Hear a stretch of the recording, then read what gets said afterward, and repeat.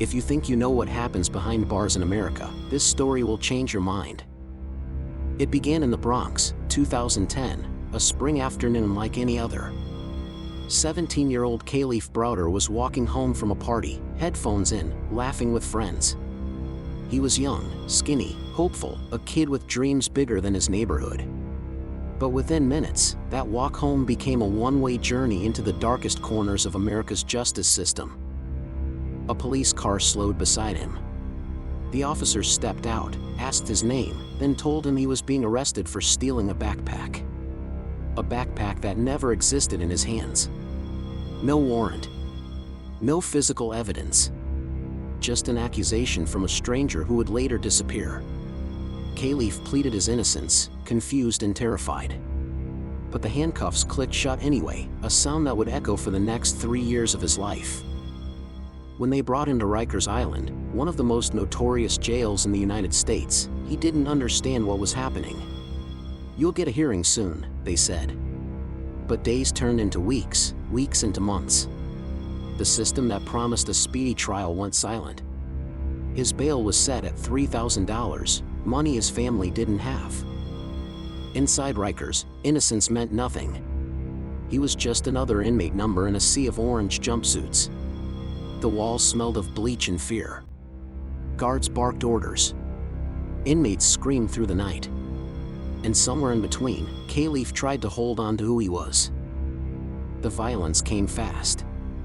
Fights broke out over food, beds, or even a look held too long. Gangs ruled the tiers. Correctional officers turned away or joined in. Kalief was small, an easy target. They beat him, mocked him, stripped him of every ounce of safety he once knew. His first trip to solitary confinement came after a scuffle he didn't start. Fighting, they called it. Punishment, 14 days in a cell the size of a bathroom. But 14 turned to 30, then 90, then months on end. Alone. No window. No clock. Just 4 walls, a steel toilet, and the sound of his own heartbeat. He spoke to himself just to hear another voice. Some nights, he sang softly, replaying lyrics from songs he loved, anything to keep his mind from unraveling. But solitary doesn't forgive. It breaks you slowly. Every time he asked his lawyer about a trial date, the answer was the same: next month, maybe. Yet the months never came. Court dates were postponed. Witnesses vanished. Files went missing. The Bronx District Attorney's Office delayed again and again, while Kalief sat in limbo, a teenager who hadn't been convicted of a single crime.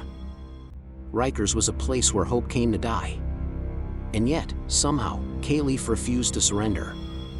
He studied for his GED inside the jail. He wrote letters to judges, pleading for a real trial. "I'm not supposed to be here," he told anyone who would listen.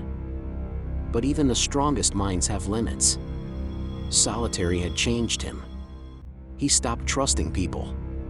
He stopped eating some days. He would stare at the wall, whispering to himself, "Don't let them win." Then came the day that would define his story, May 29, 2013. After 3 years, 31 hearings, and not a single piece of evidence presented against him, the charges were suddenly dropped. Just like that. The system that took his youth returned him to the world as if nothing had happened. No apology. No explanation. No justice. Kalief walked out through the same gates he'd entered as a teenager, now 19, his shoulders thin and his eyes hollow. The sun felt foreign. The streets he once knew seemed smaller. He was free, but he wasn't the same. He tried to rebuild. He went back to school, got a GED, even enrolled in community college. But sleep wouldn't come easily. The nightmares, the screams, the keys, the slamming doors, followed him everywhere. Friends said he smiled less. His mother noticed how he jumped at small sounds. He told her he felt trapped, even in his own home. "I'm still there, Ma," he said quietly one evening. "They let me out, but I'm still there." No one could see the invisible cell that had followed him home. And then came the night when everything began to unravel again. The voices from the past grew louder, the memories sharper.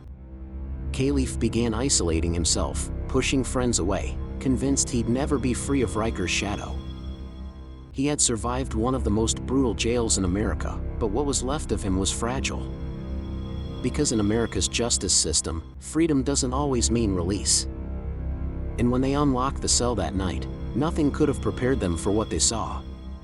When Kalief Browder stepped out of Rikers Island, the world looked the same, but he wasn't. The city moved too fast.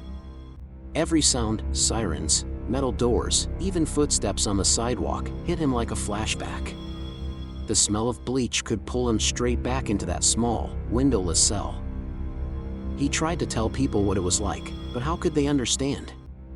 3 years locked away without a trial, most of it in solitary. He would talk about how time lost meaning, how he would wake up not knowing if it was day or night. But as he spoke, his voice would falter. Because even he couldn't make sense of how America had stolen his youth in plain sight. For months, he struggled to sleep. When he closed his eyes, he saw the narrow hallway outside his cell, the flicker of fluorescent lights, the clang of steel doors. His body was free, but his mind was still trapped behind the bars of Rikers. His mother, Browder, tried to help. She'd sit with him at the kitchen table in their Bronx apartment, holding his hand, whispering that he was safe now. But she could see the weight he carried, it was in his eyes. He'd stare into space for minutes at a time, lost somewhere she couldn't reach. When reporters began calling, Kalief hesitated. But then he decided, the world had to know what happened inside Rikers Island. He wanted to expose the corruption, the neglect, the brutality. The way the system punished the poor and ignored the innocent. He began speaking publicly, at schools, events, interviews. His voice trembled, but his message was powerful. I didn't go to Rikers because I was guilty. I went there because I was poor. That sentence alone cut through America's conscience. People started paying attention. Activists, lawyers, even celebrities began talking about his story. The New Yorker published a detailed investigation titled Before the Law, revealing how the Bronx court system routinely held people in jail for months or years without trial. Suddenly, Kalief wasn't just one young man, he was the face of a broken system. But fame doesn't heal trauma. It amplifies it. Each interview forced him to relive the same horrors, the fights, the guards' beatings, the endless solitary confinement. Every time he told his story, the nightmares came back stronger. He wanted to move forward, to work, to study, to live like a normal young man. He enrolled in Bronx Community College, studying hard, trying to focus on the future. But the prison followed him everywhere. He would scan every room, avoid crowded spaces, sit near exits. Freedom didn't feel safe. His friends said he laughed sometimes, but it was never the same. The smile didn't reach his eyes. Behind closed doors, the pressure built. Depression crept in, slow and silent. Some days he couldn't get out of bed. Other days, he would pace for hours, angry at the injustice that still went unpunished. He'd file lawsuits, hoping to hold the city accountable. But bureaucracy moved just as slowly as the system that had once imprisoned him. His lawyer, Paul Prestia, described him as brave, someone who refused to be broken. But even he could see the toll. Kalief was fighting a war the world couldn't see, he later said. The media called him a symbol of resilience. But in truth, he was a young man trying to heal from wounds the world didn't understand. Meanwhile, Rikers Island remained the same. Reports of abuse, neglect, and corruption continued. Videos leaked of guards beating inmates while others laughed. And yet, reform came slow, too slow for those like Kalief who had already paid the price. When he looked around, he saw nothing change. "They'll keep doing it," he said once. "There are kids in there right now, just like I was." He carried their pain as if it were his own. Every headline about Rikers felt personal, like another weight added to the chain he already bore. As months passed, his isolation deepened. Friends noticed him withdrawing. Calls went unanswered. He started skipping classes. His mother tried to pull him back, reminding him that he was free, that he could still have a future. But trauma isn't logical. It lives in the spaces between heartbeats, in the silence of long nights. Then came the lawsuit delays. The city's lawyers stalled, questioned, and postponed, trying to avoid responsibility. Kalief grew frustrated, angry that even now, justice moved at a crawl. He told his family, "They ruined my life, and now they're trying to outweigh me."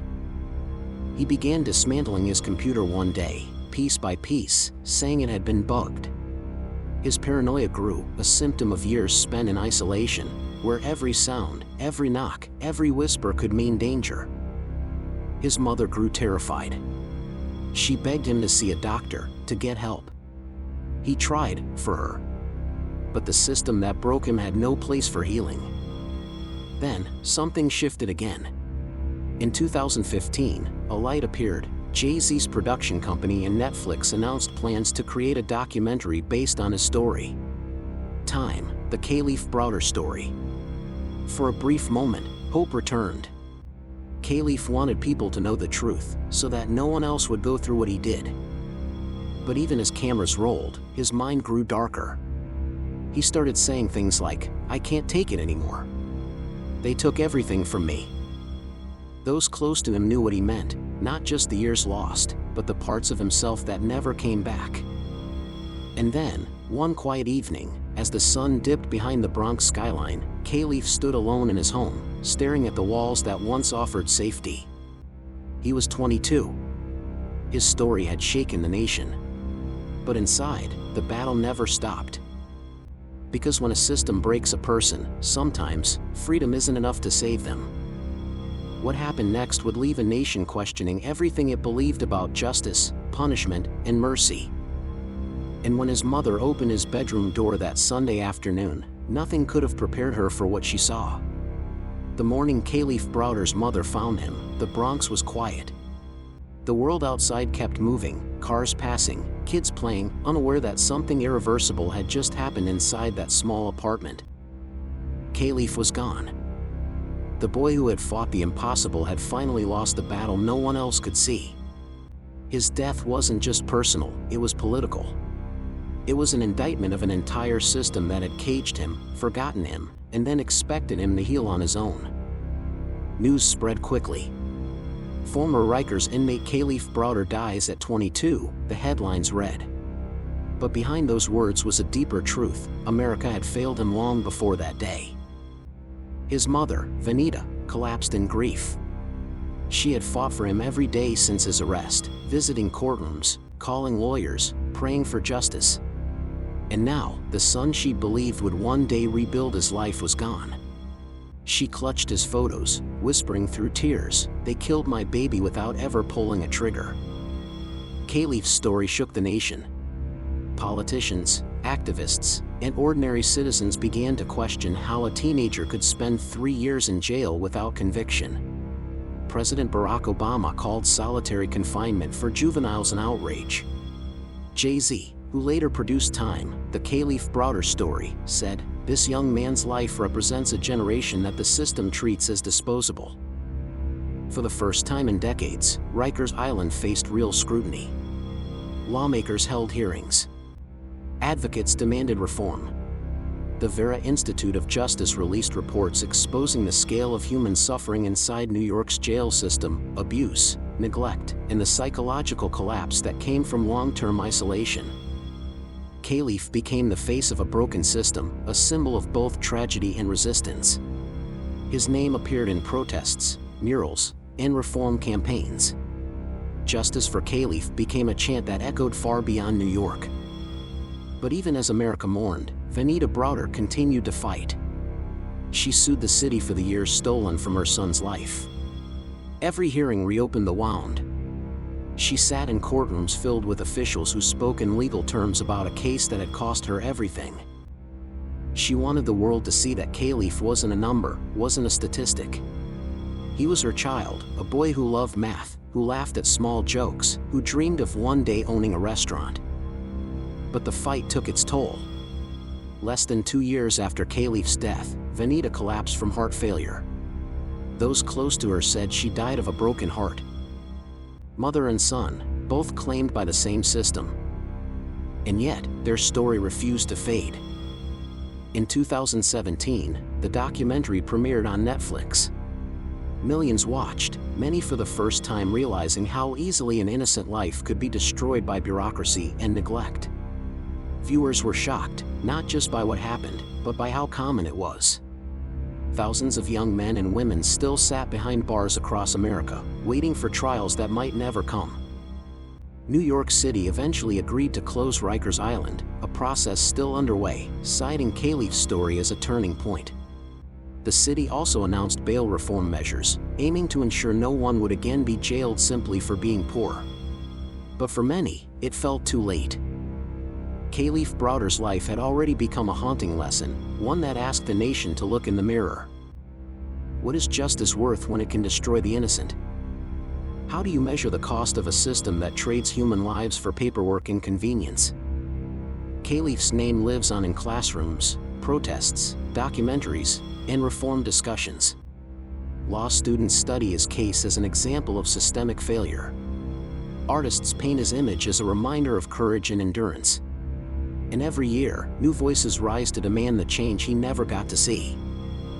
In one of his final interviews, Kalief said quietly, "I'm not okay, but I'm trying to be."